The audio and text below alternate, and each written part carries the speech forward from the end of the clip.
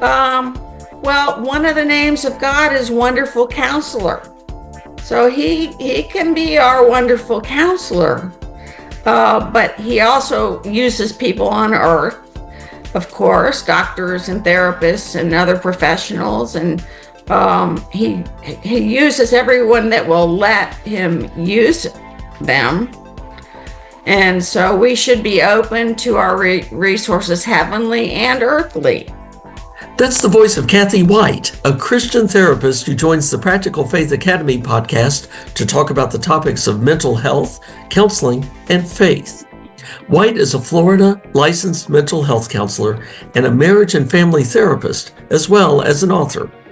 Having her as a guest brings a different approach to the podcast as we can dig into this intersection of practical faith and mental health.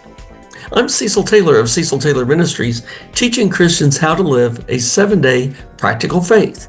Everything I do, whether blogs, books, or videos, is about taking our faith from Sunday into the rest of the week, applying scripture and faith to life situations. In the Practical Faith Academy podcast, I add other voices with other life experiences to understand how they put faith into practice. I hope you enjoy and benefit from these podcast interviews, and I appreciate you sharing this podcast with others. And now I'm joined by Kathy White, and we're taking a different angle today with you, Kathy, because a lot of times we're talking to people who are in one field or another. I don't think I've ever had a therapist on the show before, and I think you're going to bring a unique perspective. So thank you for being on the Practical Faith Academy podcast. Thank you for having me. I am pleased to be here. I always like to lead with this question. When I say 7-day practical faith, what does that mean to you? 7-day practical faith is a term I've not heard before, except maybe if I would listen to your podcast. I think that's a term you probably coined. Oh, yes. Yes. And I love it because it's about us living out our faith in actions. And actions are all about love when we're Christ-centered. And if all our actions were love-based, the world would be such a better place. I think that's so true, that we're trying to put our faith into action, but what is our faith based on? It's based on the fact that God loves us. We want to love God, love neighbor, and so therefore being love-based. But let me ask you something that we talk about love, and I know we think of it as a Hallmark card, but personally speaking, love is the messiest thing I've ever been involved with. So when you say we need to act out of love, what kinds of things are you thinking about there? Well, we don't really want to make a mess of our lives, right? I think we can all agree to that. So, but people have trouble with that. They do make messes of their lives, and that's why they end up on my couch. And hopefully, if people take nothing else away from this, please take away that a good counselor that is right for you can really help you change and improve your life. And it's not that difficult if you just set goals and carry those out. Step by step, your life can unfold, and within 6 months to a year, be just like new again.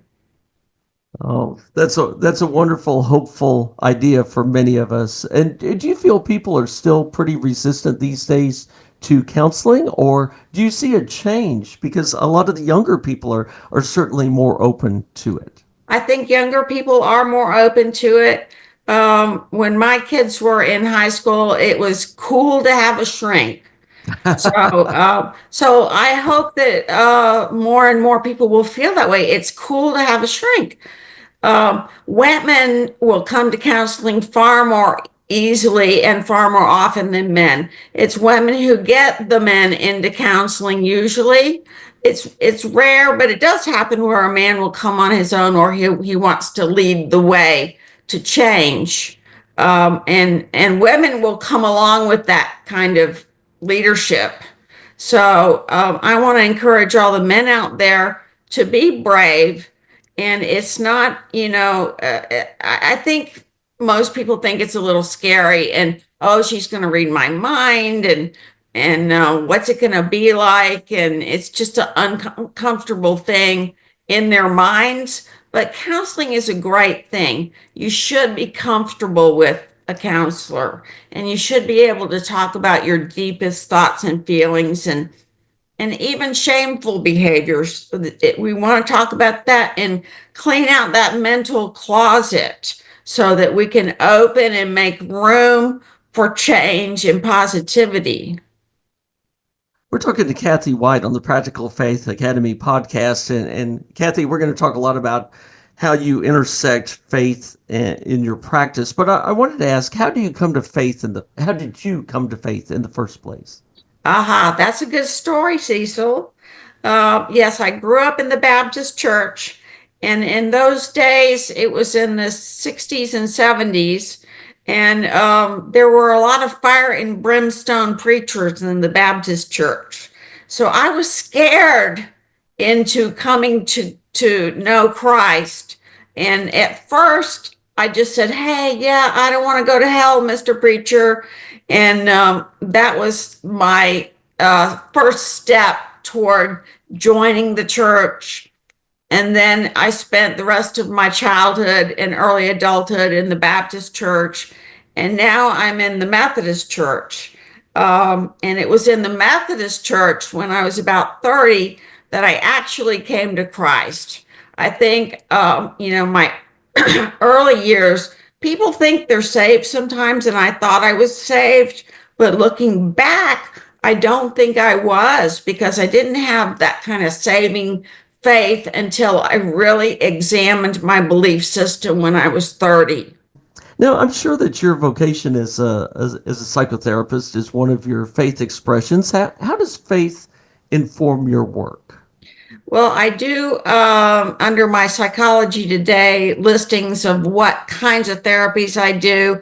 I do promote myself as a Christian counselor, and even people who are not Christians would like a Christian counselor because they believe we're a little more honest, a little more trustworthy.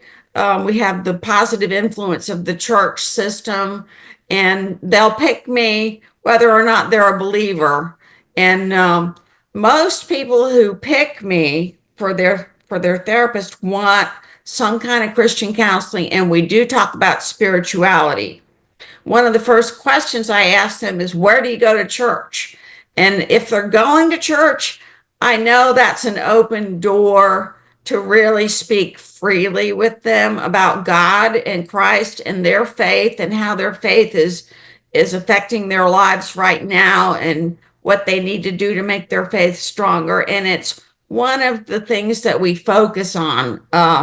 In traditional counseling, therapists do not focus on Christianity. If somebody's a Buddhist, they'll say, yeah, yeah, what do you do for that? They'll talk about that. They're not afraid to talk about Buddhism or other religions. But I find secular counselors are not really skilled at talking about Christianity. And that's not a good thing for the client, because it is an important area. I know that the times I've sought counseling, I've wanted somebody who was a Christian counselor, or at least understood from the beginning. Look, this is part of me. This is a huge part of my life, and so we're going to be talking about that, right? Right. And So if they're not a believer, they're not going to understand you at all in that area. It's your loss. I would think that a huge issue in your line of work is compassionately treating everyone who comes to you. And let me give you an example. You've written, and we'll talk about your book later, but you write about the victims of a narcissist. But then you might have a narcissist come and be one of your patients. So how do you address working with both the narcissists and psychopaths and whatever the disorder might be, and Mm. then also the victims of such personalities? Yes. I usually don't see too many narcissists. I had one guy who said, I'm a narcissist.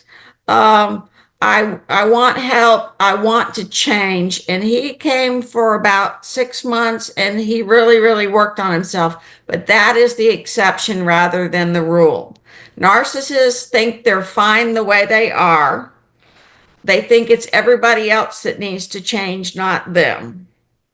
So I don't get too many that really want to do the work. I will get their wives or ex-wives, and they have to heal from the narcissistic treatment, especially during a divorce. Narcissists can become extremely vindictive and aggressive and controlling, and they will harm their ex spouse as much as they can during the divorce, and it seems they derive pleasure from that. But it's all about power for them. Yeah, and certainly though you still have some people, maybe not narcissists, but people who are who've done harm, right, in some way or other, and maybe they have some awareness of that. Sometimes maybe you have to lead them to that awareness, right? So I'm wondering your role on Right. that side of the equation. Yeah. When people come to therapy, they're a little more worried about themselves than anybody else. Hmm. So if they've been harmed, they can work on that. Um, if you're in a relationship with a narcissist, then you're the one that's going to suffer a little bit more. But they do suffer, like if they're fired or if somebody confronts them and says you're this and this and this and this and this, they can have a little breakdown because they do not handle criticism well. So that's why they don't like to come to therapy. They don't want to hear what's wrong with them.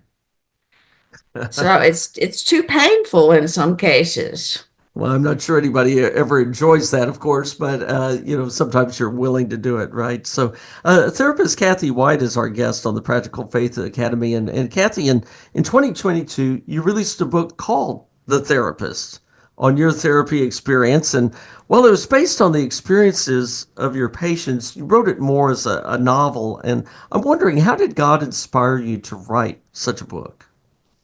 Well, I think when you're writing, sometimes it flows and sometimes it doesn't. And when it flows, I want to give God the credit for that. And I wrote this book in about a year, which is a pretty good amount of time, not too fast, not too slow, but because I do have a full-time practice. And so if I would have a no-show or somebody was sick, I would use that time to write. And I think God really gave me the impetus to write. And it was easy to write this book. I'm writing another book right now that is not flowing so easily. It's a little bit different. Um, but I love telling these stories. And we might as well learn from the mistakes and experiences of other people instead of our own. So by reading my book, The Therapist, I think people can see themselves in it. They can see their spouses, they can see family members, and it's relatable to them. And it does read like a novel, which makes it more enjoyable than just a clinical book. What's your advice for Christians in approaching the topic of mental health and in dealing with their own or others' mental illnesses or disorders? That can be very, very difficult.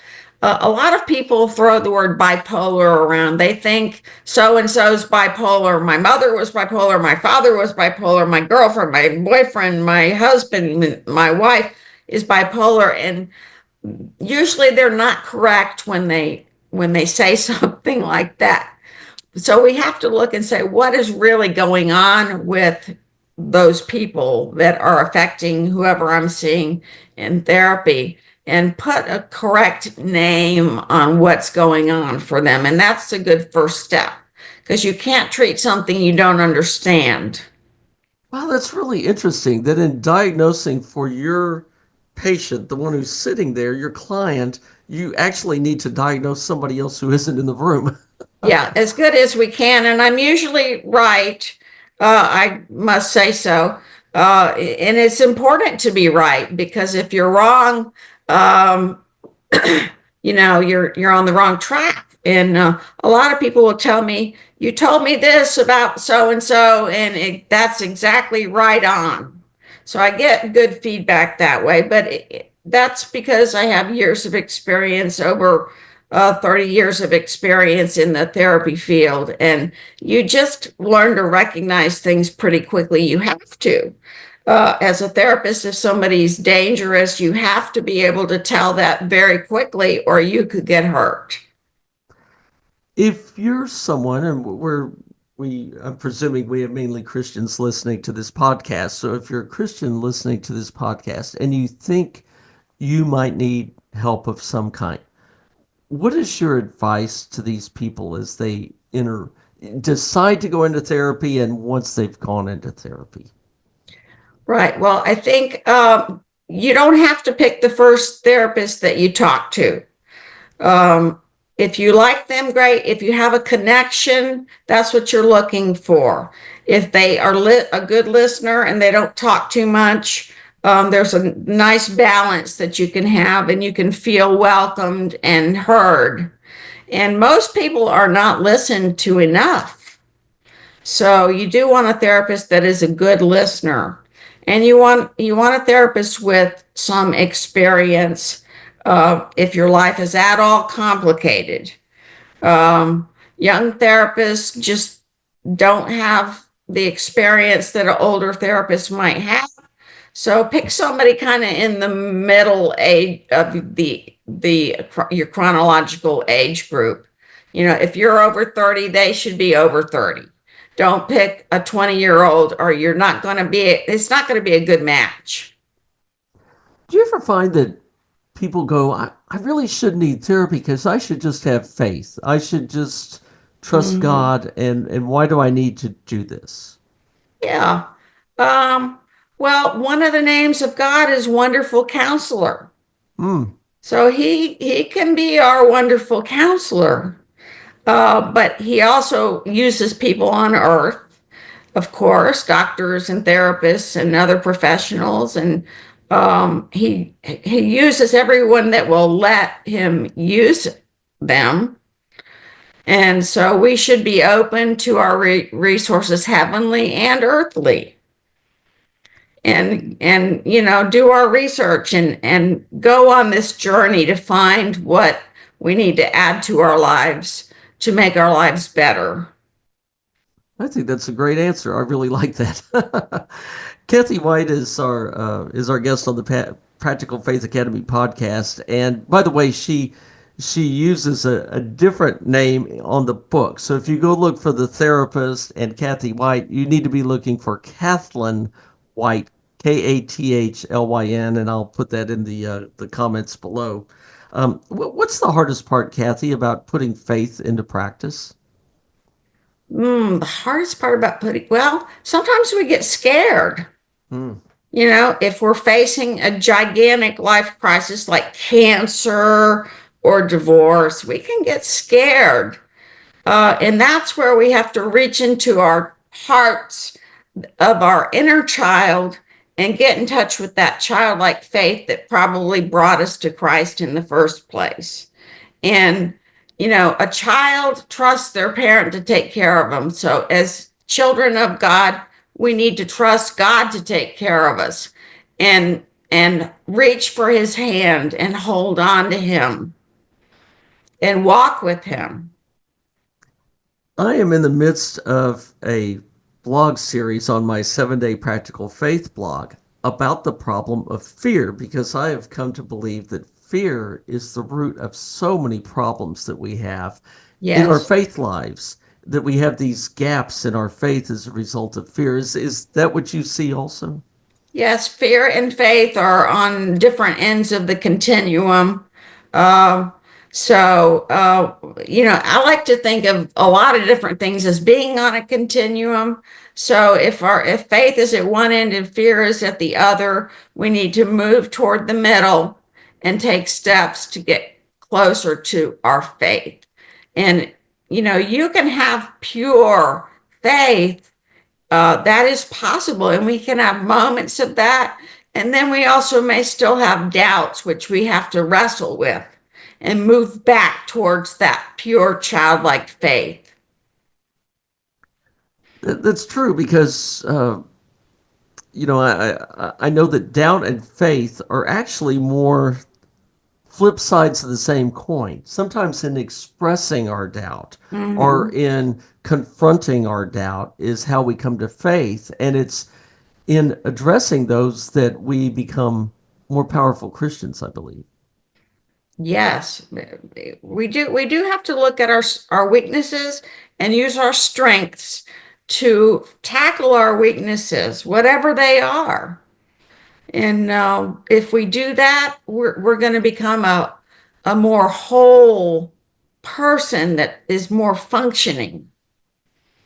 And having faith is very important along that journey. So, what's your best tip for developing and maintaining a 7-day practical faith? Mm. Yes, well, we need structure.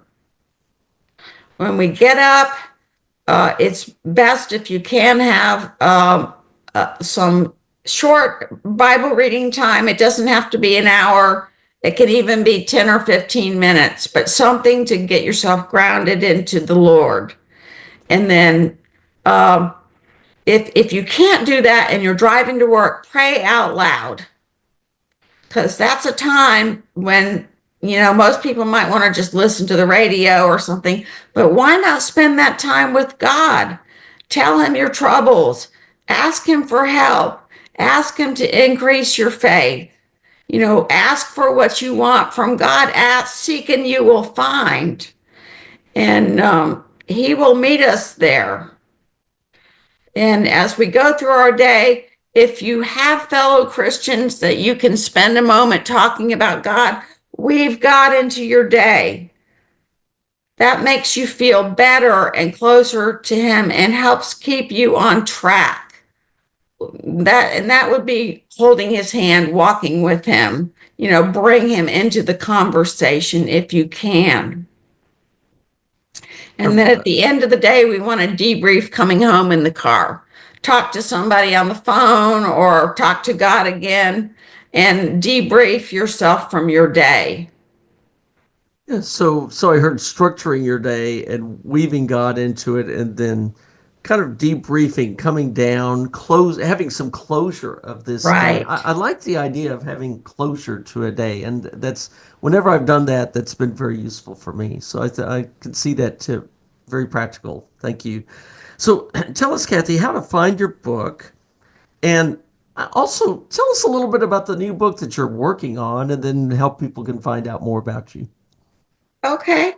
The name of my book is The Therapist: Stories about Parenting, Narcissists, Combat, Abuse, and Marriage. And that's not an exhaustive list of topics.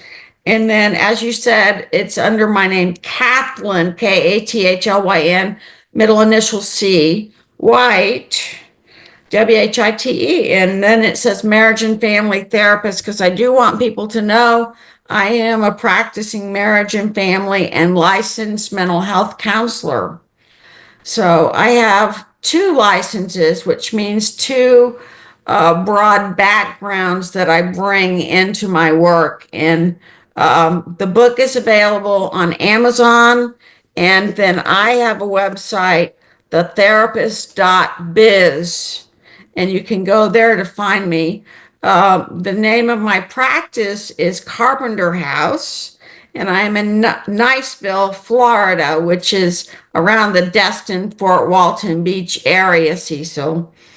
And I practice full time. If people want a session out of state, they can pay cash for that.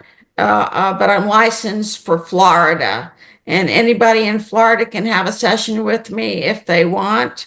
Carpenterhouse.net is my site to reach me through that. Yes, so Yeah. So is your next book also about therapy, or is it a different topic? it's called Secrets of a 40-Year-Old Marriage. And I've been married 45 years now at this point. So